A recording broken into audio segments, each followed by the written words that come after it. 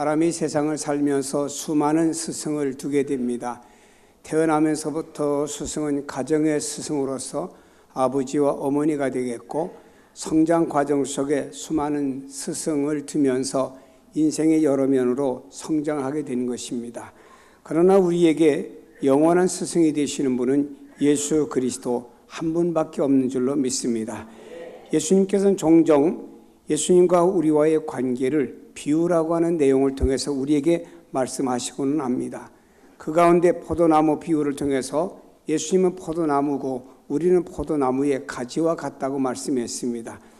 사람들은 포도나무에서 가지가 떨어지면 그 가지는 말라서 버리워진다라고 하는 부정적인 얘기를 합니다마는, 반대로 말하면 포도나무에 붙어있는 가지는 항상 포도나무로부터 수분과 많은 영양을 공급받기 때문에 생명력이 유지된다고 하는 축복의 말씀으로 볼 수가 있습니다. 때로는 양과 목자의 비유로 말씀하고 있습니다. 주님께서 이러한 비유로 말씀하신 목적이 무엇입니까? 우리로 하여금 하나님과 나와의 관계를 보다 더 분명하게 이해하게 하기 위해서 비유로 말씀을 해주셨습니다. 아이들 성장 과정에 보면은 그 아이들에게 무엇인가 사물을 알려주는데 잘 이해를 하지 못하면은 부모나 혹은 교사는 어떤 비유를 통해서 그 아이의 이해를 도모하고는 합니다.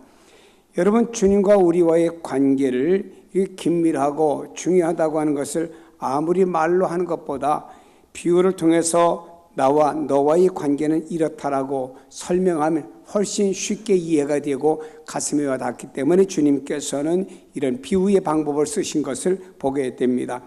오늘 본문은 예수님과 우리와의 관계를 목자와 양의 관계로 설명하고 있습니다. 목자와 양의 관계가 얼마나 친밀하고 긴밀하고 중요하냐라고 하는 것입니다. 양은 절대적으로 목자를 의지합니다. 그리고 목자는 양 한 마리 한 마리를 귀히 여기고 보살피고 인도한다고 하는 것입니다. 우리나라의 양을 키우는 모습을 근래 와서는 좀 많이 봅니다마는 전에는 쉽지가 않았습니다. 그러나 팔레스타인 지역에 가면은 유목민들이 대부분 그들의 주업이기 때문에 목자와 양의 모습을 많이 보게 됩니다. 그래서 팔레스타인 지역에 양을 치는 목자들을 가르쳐 베두인이라고 부르고 있습니다. 여러분, 이 비유를 통해서 주님은 주님과 우리와의 관계를 이해하기 쉽게 설명하고 있습니다. 당시에 유대 땅에 사는 모든 사람들은 조금만 나가서 들이나 광야에 나가도 목자와 양을 볼 수 있기 때문에 이 비유를 통해서 주님과 우리와의 관계를 설명하는 모습을 보게 됩니다. 주님은 이 비유 속에서 너와 나는 바로 이런 관계다라고 설명하고 있습니다. 주님은 참으로 좋으신 목자입니다. 당시에 바리새인과 서기관과 제사장의 무리들과 달랐습니다. 여기서 주님은 나는 선한 목자라고 그랬습니다. 오늘 성경 본문에 보면 바리새인들과 서기관들은 때때로 주님께서 이들을 향하여 강도와 그리고 절도라고 비유한 것을 보게 됩니다. 왜냐하면 저들은 양의 우리의 문으로 들어오지 않고 다른 데로 넘어 들어오기 때문이라고 비유로 말씀하고 있습니다. 다시 말해 그 백성들을 하나님께로 인도하는 것이 아니라 율법이나 전통으로 이끌어 오히려 그 사람들로 하여금 신앙생활을 더 힘들고 어렵게 유대 종교 지도자들이 만들고 하기 때문에 주님께서는 강도와 그리고 절도로 비유한 것을 보게 됩니다. 최종적으로 보면 율법으로 의롭다함을 받은 사람은 세상에 아무도 없습니다. 율법으로는 하나님 나라 들어갈 수 없기 때문입니다. 그래서 주님께서는 나는 선한 목자라, 주님께서 선한 목자로 비유하시는 본문을 통해서 우리에게 뭔가 메시지를 주고자 하는 의도가 있습니다. 그 중에 하나는 선한 목자는 정당한 문을 통해서만 들어간다라고 하는 것입니다. 선한 목자는 정당한 문을 통해서 양의 우리에 들어가서 양을 만나고 이끌어 줍니다. 여러분, 양이 많은 어떤 사람은 밤새도록 그 목자가 낮과 밤 동안에 양무리를 지킬 수가 없기 때문에 밤에는 그 양의 문을 지키는 어떤 목자들을 돈 주고 삽니다. 그러면 돈을 받고 온 이 목자는 밤새도록 그 양의 우리의 입구에서 양무리를 지켜주곤 합니다. 왜냐? 돈을 받았기 때문입니다. 유대에 있는 그 양의 우리는 이렇습니다. 지붕은 없고 담만 돌이나 혹은 흙으로 담을 만들었고 양들이 옆으로 나가지 못하게 만들었고 그리고 들어가는 문만 하나 있습니다. 그 문으로 들어가기도 하고 나오기도 합니다. 하나의 문이라고 하는 곳에서 주님은 신령한 메시지를 또한 우리에게 주고 있는 것을 보게 되는 것입니다. 여러분 이렇게 밤새도록 돈 주고 산 어떤 문지기가 새벽 아침이 되면은 목자가 양을 찾아옵니다. 이 목자는 양의 그 우리의 문을 열고 들어갑니다. 절도나 강도는 그 울타리 넘어가서 양을 잡아가거나 해야 하기 때문에 그는 절도고 강도라고 말했고 목자는 아침에 와서 그 문을 열고 들어가므로 양을 만나줍니다. 이때 목자는 양을 한 마리 한 마리의 이름을 부르고 그 안에 들어가서 양과의 어떤 만남을 갖게 되는 것입니다. 근데 말씀드렸듯이 양의 문으로 들어오지 않고 담을 오거나 이러한 사람들은 오히려 강도요 도둑이라고 그랬습니다. 그 양을 훔쳐갈 목적으로 오기 때문이라고 하는 것입니다. 여기에 절도라고 하는 것은 남의 것을 훔치는 것을 말합니다. 마치 성경에 가룟 유다를 비유로 말하고 있습니다. 강도라고 하는 폭력으로 남의 것을 강탈하는 사람을 말합니다. 예수님께서 십자가에 달리시기 전에 많은 제사장들이 이렇게 외쳤습니다. 예수님 십자가에 못 박고 바라바를 석방시키시오 할 때 바라바라고 하는 사람이 폭력적으로 남의 것을 강제로 강탈한 사람으로 사형수였다고 하는 것을 보게 됩니다. 여기에 절도나 강도의 공통점이 있습니다. 그것은 모든 재물을 내 손에 넣기 위해서는 정상적인 방법에 떠나서 수단과 방법을 가리지 않고 넣으려고 하는 사람, 때로는 폭력을 써가면서 훔치든지 어떻게 해서라도 그것을 나의 것으로 삼으려고 하는 사람들을 가리켜서 강도와 절도라고 말했습니다. 이것을 예수님 말씀하신 이유는 당시의 비진리를 그 택한 백성들에게 선포해서 사람들로 하여금 그릇된 길로 가게 만드는 유대 종교 지도자들을 가리켜서 예수님은 절도와 강도라고 말씀한 것을 보게 됩니다. 사랑하는 여러분, 이 무리들은 양을 훔쳐가려고 절도와 강도의 모습으로 옵니다. 이런 무리들은 양과 정당한 관계를 가지지 못하고 단순히 자기의 욕심에 배를 채우기 위해서 담을 월담해서 양을 훔쳐가고는 합니다. 그러나 우리 예수님은 다릅니다. 우리 예수님은 선한 목자라고 말씀하고 있습니다. 우리와 사랑의 관계로서 우리에게 다가오시고 우리와 함께하기 위해서 이 땅에 다가오시는 예수님을 가리켜 선한 목자라 말씀합니다.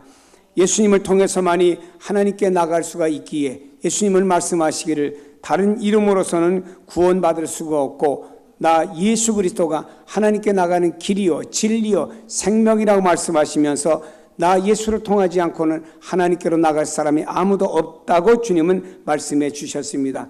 그렇습니다. 우리는 예수 그리스도를 통해서 하나님의 나라에 들어갈 수 있고 예수 그리스도를 통해서 모든 구속과 구원의 역사가 이루어지는 줄로 믿습니다. 양에 우리가 있고 문이 하나밖에 없습니다. 목자 되신 예수 그리스도께서 그 양무리를 인도하는 목자와 같이 우리를 그 주님께서 인도하여 주시고 주님 말씀하시길 이 땅에 탄생하신 예수님의 이름을 임마누엘 하나님 우리와 함께 하시기 위해서 오셨다. 주님께서 마지막에 제자들에게 이렇게 말씀했습니다. 세상 끝날까지 내가 너희와 함께 있어 주겠다. 누굽니까? 선한 목자가 되시는 예수 그리스도의 음성인 줄로 믿습니다. 근데 여러분요, 때로는 우리는요, 우리의 생각과 우리의 의지대로 가려고 하죠. 이것을 가리켜 예수님께서는 한 마리의 잃어버린 양이 자기의 생각과 자기 의지대로 갔다가 곁길로 갔다가 잃어버렸던 양이 되었듯이 우리가 그렇게 되어서는 안 된다고 주님은 말씀하고 있습니다. 우리는 늘 주님 앞에 기도합니다. 그러나 기도로 들어갑니까? 주님, 나의 미래를 인도해 주시옵소서. 이렇게 기도합니까? 많은 사람들이 이렇게 기도합니다. 내 생각에 어떤 계획을 짜놓습니다. 그리고 나서 하나님 이거 잘 되게 해주세요 라고 기도 요청하는 경우가 많습니다. 주님의 의사와 주님의 뜻과는 전혀 상관이 없이 뭔가 나의 가진 어떤 각본과 계획을 주님이 움직여달라고 우리가 기도 요청하는 기도를 많이 하고 있습니다. 이런 관계 속에 우리가 주님을 주님을 의지하고 살아간다고 이 사람은 주님과 나와의 상관이 없는 사람이 될 수도 있는 것입니다. 단지 돈을 받고 문을 지키는 문지기는 바로 돈에 의해서 움직이는 사람입니다. 이와 같이 우리가 주님을 돈 받고 밤새도록 양을 지켰던 문지기와 같이 내 어떤 목적을 세워놓고 그걸 주님이 이루어 주세요라고 한다고 하면은 주님을 돈 받고 일하는 문지기 정도로 취급한다는 사실을 기억해야 될 것입니다. 우리가 어디로 가든지 무엇을 하든지 양은 목자를 신뢰하고 따르고 움직여야 됩니다. 양은 목자의 음성만 듣고 목자가 가는 길이 그 어떤 길이든지 그 양은 계속 그 목자의 뒤만 졸졸 따라가는 것입니다. 아브라함이라는 사람 보세요. 어디로 이사해 가야 될지 갈 바를 모르고 그분의 목자의 말씀 따라서만 갔지요. 베드로라고 하는 사람은 주님이 너는 이제까지 고기를 잡는 어부였으나 이제부터는 사람을 낚는 어부가 되어야 하리라 할 때 그는 배와 그물과 가족을 버려두고 그분의 말씀을 따라서 갔던 것을 우리는 성경을 통해서 너무나 잘 알고 있습니다. 여러분, 이렇게 우리는 그분의 말씀을 따라 가게 될 때 목자와 양은 바른 관계를 유지해 나갈 수 있습니다. 여러분, 신앙생활하면서 이런 함정에 빠지지 마시기 바랍니다. 신앙이나 봉사나 혹은 어떤 영적인 것들을 내가 각본을 세워놓고 주님 이거 이루어 주세요 라고 주님께 요청한다고 하면은 이 사람은 마치 예수님을 밤새도록 양을 지키기 위해서 얼마의 돈을 주고 산 그 싹군 목자와 같이 예수님을 취급한다는 사실을 기억해야 될 것입니다. 우린 주님께 모든 것을 맡기고 내 영혼을 맡깁니다. 내 가정을 맡깁니다. 나의 미래를 맡깁니다. 나의 삶을 맡깁니다. 다 맡기고 인도해 주세요 라고 하면 주님의 말씀만 따라서 졸졸졸 가는 사람이 주님과 나와의 목자와 양의 관계가 바로 형성된 사람이라는 것을 믿으시기를 바랍니다. 그분을 따라갈 때 우리는 길이 어떠하든지 상관이 없습니다. 항상 쉽고 편한 길만 가는 것이 아닙니다. 푸른 초장과 맑은 물가로만 가는 것이 아닙니다. 어떤 때는 언덕을 넘어가야 됩니다. 어떤 때는 사막을 통과해야 됩니다. 어떤 때는 비탈길로 가기도 합니다. 심지어는 바위로 된 산을 넘어가야 되는 경우도 있다라고 하는 것입니다. 그러나 그 길이 어떠한 길이든지 간에 목자가 인도하는 대로 간다라고 하면 우리는 안심할 수가 있습니다. 그리고 양이 원하는 곳에 다다라서 결국에는 좋은 축복의 항구에 도달하게 되는 것입니다. 다윗이라는 사람은 아버지의 양머리를 들에서 쳤던 사람이었습니다. 이런 경험을 너무너무나 많이 했습니다. 그래서 다윗은 이런 경험을 토대로해서 하나의 시를 지어서 이렇게 읊었습니다. 여호와는 나의 목자시니 내게 부족함이 없으리로다. 그가 나를 푸른 풀밭에 누이시며 쉴만한 물가로 인도하시는도다. 내 영혼을 소생시키시며 자기 이름을 위하여 의의 길로 인도하시는도다. 내가 사망의 음침한 골짜기로 다닐지라도 해를 두려워하지 않을 것은 주께서 나와 함께 하심이라. 주의 지팡이와 막대기가 나를 안위하시나이다. 주께서 내 원수의 목전에서 내게 상을 차려주시고 기름을 내 머리에 바르셨으니 내 잔이 넘치나이다. 내 평생의 선하심과 인자하심이 반드시 나를 따르리니 내가 여호와의 집에 영원히 살리로다. 사망의 음침한 골짜기로 다닐지라도 해를 두려워하지 않을 것입니다. 험산 출령을 지나갈지라도 힘든 사망의 음침한 골짜기 모든 것이 내 앞에 있을지라도 우린 그걸 개의치 아니하고 그런 골짜기에 있을지라도 우리는 목자 되신 주님만 따라가면 됩니다. 왜입니까? 양의 목자를 온전히 따라간 목자는 그 양 무리를 지켜주십니다. 보호하여 주십니다. 인도하여 주시기 때문입니다. 예수님의 이름으로 자기 이름을 위하여 의의 길로 인도하십니다. 하나님의 이름을 위하여 반드시 좋은 길, 바른 길로 인도하시는 것이기 때문에 예수님만 따라가면 됩니다. 여러분 삶 속에 내가 왜 예수를 믿고 살아가는 길이 험산줄령이 있느냐, 왜 고통이 있느냐, 왜 어려움이냐, 이렇게 원망 한탄하지 마시기 바랍니다. 그럴지라도 여러분들 때로는 목자가 양을 산으로 비탈길로 때로는 절벽과 같은 것으로 인도하는 경우가 있습니다. 그럴지라도 목자는 그 양머리를 보호하시고 인도하신다는 것입니다. 사랑하는 여러분, 우리는 이러한 삶 속에서도 우리가 들어갔을지라도 절대 낙심하거나 실망하지 마세요. 지금 나의 삶의 현주소지 이럴지라도 그러나 나의 보호자, 나의 인도자, 나의 목자는 예수 그리스도라는 사실을 믿기를 바랍니다. 그렇다면 여러분들의 영적인 리더가 되는 여러분들이 여러분들을 인도할 때 왜 그 길을 가야 됩니까? 왜 힘든 일을 해야 됩니까? 난 편하게 예수 믿고 싶습니다. 하지 마시고 영적인 리더들을 따라가게 될 때는 결국에 주님의 말씀에 의해서 영적인 리더들이 여러분을 인도할 때 여러분들은 하나님께서 결과적으로 안전하고 평탄한 길을 여러분 인도하시는 그날이 있다는 사실을 믿기를 바랍니다. 선한 목자는요, 앞서가면서 행합니다. 주님이 우리의 선한 목자이시고 또 하나의 이유는요, 그분이 우리를 보다 앞서가며 인도합니다. 목자는 양의 뒤에서 가지 않습니다. 양들 앞에서 먼저 길을 밟고 지나가며 양들을 따라만 가면 되고요. 장애물이 있으면 미리 목자가 앞서가면서 장애물을 다 헤쳐놓기 때문에 목자는 안심하고, 양은 안심하고 목자만 따라가면 되는 것입니다. 양들은요, 목자가 밟고 가는 길 하나하나 한 발자국 한 발자국 뒤따라가면 되는 것이죠. 예수님은 당신이 행하신 것을 행하라고 부탁을 했습니다. 십자가 지시기 전에 다락방에 모였습니다. 주님은 제자들과 함께 마지막에 만찬을 드시고 내일 금요일은 십자가 지시기 위해서 다른 사람이 갈 수 없는 길을 주님은 가셔야 합니다.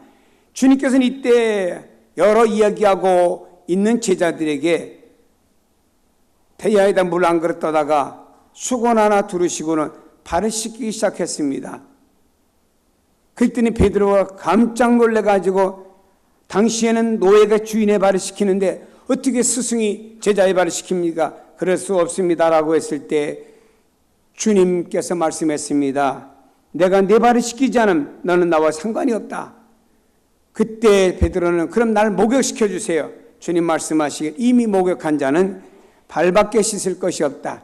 이미 예수 그리스도의 피로 씻음 받고 성령 안에 거듭난 사람은 매일 다니면서 받고 다니는 발, 행하는 것만 회개하면 됐지. 너희들은 근본적으로 거듭난 내 자녀라고 하는 것을 이미 암시해 주는 내용이 말씀 속에 들어있는 줄로 믿습니다. 주님께서 제자들의 발을 다 씻기신 다음에 그들에게 이렇게 말씀했습니다. 내가 주와 또는 선생이 되어 너의 발을 씻었으니 너희도 서로 발을 씻어주는 것이 옳으니라. 내가 너희에게 행한 것 같이 너희도 행하게 하려 본을 보였노라. 여러분이 사람의 머리부터 발끝까지 몸 중에서 가장 하루 종일 다니다 보면 가장 더럽고 지저분하게 여기는 발 아닙니까? 그 발은 신발 속에 발이 갇혀야 되고 양말 속에 갇혀야 됩니다. 통풍도 잘 안 됩니다. 그러다 보니까 발에서는 냄새가 많이 나겠지요. 여러분, 유대 지역에서는요, 사람들이 슬리퍼를 신고 다니고 사막지대이다 보니까 발에는 온갖 먼지가 많이 있습니다. 남의 집에 들어갈 때는 그 집 문 앞에 있는 도랑아리에 물로다가 발을 씻고 손을 씻고 들어가는 것이 유대 지역에서는 하나의 매너지요. 예수님께서는 제자들의 발을 씻겨 주었습니다. 발은 냄새나고 더러운 것입니다. 주님께서는 여기에 메시지를 주셨습니다. 너희들은 서로 발을 씻어 주어라. 사람 다 인간 냄새나고 다 부족한 부분이 있다. 너는 발가락 냄새 많이 나고 넌 적게 난다는 차이점뿐인데 왜 다른 사람의 더러운 부분, 부족한 부분을 이러쿵저러쿵 얘기하느냐? 하지 말고 내가 씻어주어라 이 말이에요. 누가 부족하고 연약하고 냄새나는 부분이 있으면 그걸 위해 기도해주고 씻어주는 것처럼 슬쩍 그의 허물과 죄악을 덮어주라 이런 말입니다. 근데 우리 성도들은요, 저 사람 발가락 냄새나 무지나 사흘 안 씻었나 봐 하고 이런 평가와 율법의 잣대를 가지고 바리새인처럼 말하는 건 되게 좋아합니다만 그 발을 씻어주려고 하는 사람은 적다고 하는 것입니다. 주님 말씀했습니다. 네가 잘나니 못나니 서로 하지 말고 너희들은 서로 발을 씻겨 주어라. 이것이 옳은 일이다. 그리고 내가 이와 같이 너에게 모델로 본을 보였으니 너희도 서로 발을 씻겨주는 사람이 되라고 주님은 미리 모범을 보여주셨습니다. 주님께서는요, 하나님이시며 육신을 입고 이 땅에 오신 분인데 우리와 비교한다고 하면 주님은요, 기도 안에서도 되실 하나님이실런지는 모르지만 우리에게 본을 보여주시기 위해서 중요한 일, 공생에 하나님의 일을 하게 나가실 때 40일 금식 기도하셨습니다. 매일같이 습관을 쫓아 감람산에 가서 새벽 기도를 예수님은 하셨고요. 마지막 십자가 앞에 놓고 겟세마네 동산에서 땀방울이 핏방울이 되기까지 기도하셨고, 마지막 십자가에서도 자신의 고통은 아랑곳하지 아니하고 아버지여, 나를 지금 십자가에 못 박고 있는 저 원수들 죄를 돌리지 마시고 하는 것이 무엇인지 알지 못하여 죄를 짓고 있으니 용서해 주세요. 중보의 기도를 드렸던 예수님, 사랑의 모범을 보여주신 예수 그리스도이신 줄로 믿습니다. 주님께서는 이렇게 무엇인가 먼저 모범을 보여주셨고 너희들이 이것을 따라오라고 말씀을 하셨습니다. 그렇습니다. 지도자는요 먼저 모범을 보여야 됩니다. 바울은 이렇게 말하고 있습니다. 내가 그리스도를 본받은 것처럼 너희는 나 바울을 본받으라고 고린도 교회를 향해서 외쳤던 것입니다. 사랑하는 여러분요, 군인으로 뛰어난 아이젠하워, 그가 한 번은 모든 이렇게 중간에 있는 장군들 다 모아놓고 이렇게 말했습니다. 실을 한 50cm쯤 이렇게 잘라가지고 그걸 책상 위에다 놓았습니다. 그리고 장군들 하나하나에게 실의 뒤를 잡고서는 밀어서 이 책상에서 떨어뜨리라고 했습니다.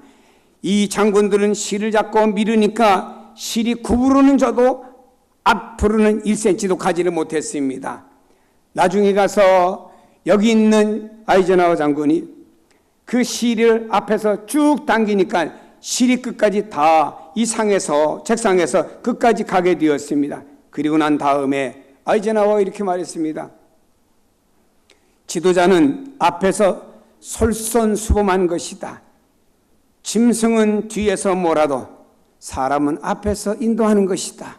모범을 보여야 된다 이 말이에요. 부모님들 가정에서 신앙과 인격의 모범을 자녀에게 보여줘야 됩니다.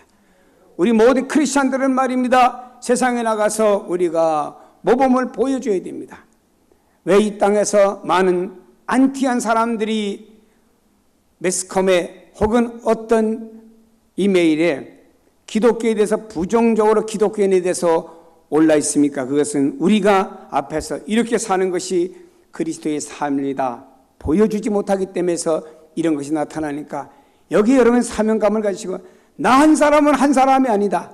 나 때문에 수많은 사람이 딸려올 수 있는 실처럼 딸려올 수 있는 사람인데 그들에게 내가 그리스도인이 이것이다라고 하는 것을 모델로 보여줘야 되겠다 생각하고 삶을 살아가면 아마도 이런 사람은 주님이 무지하게 기뻐하리라 믿습니다.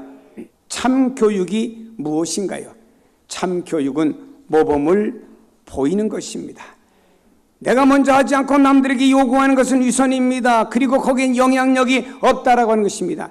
내가 하지 않고 남들을 가르칩니다. 다른 사람을 이끈다고 하면 위기 때에는 그 사람 마치 싹군이 되고 또 자신의 이익을 위해서 행동으로 옮겨지게 된다라고 하는 것입니다.